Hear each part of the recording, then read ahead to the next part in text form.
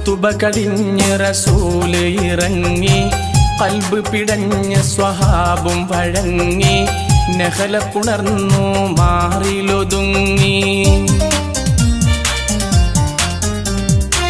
ഖുതുബ കടിഞ്ഞ് റസൂല് ഇറങ്ങി, ഖൽബ് പിടഞ്ഞ സ്വഹാബും വഴങ്ങി, നഹല പുണർന്നു മാറിലൊതുങ്ങി.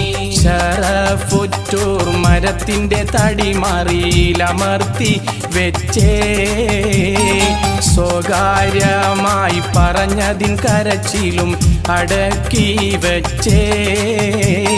ശരഫുറ്റൂർ മരത്തിന്റെ തടിമറിയിലമർത്തി വെച്ചേ, സ്വകാര്യമായി പറഞ്ഞതിൻ കരച്ചിലും അടക്കി വെച്ചേ. ഒരു നാളിൽ മദീനത്തെ മസ്ജിദ്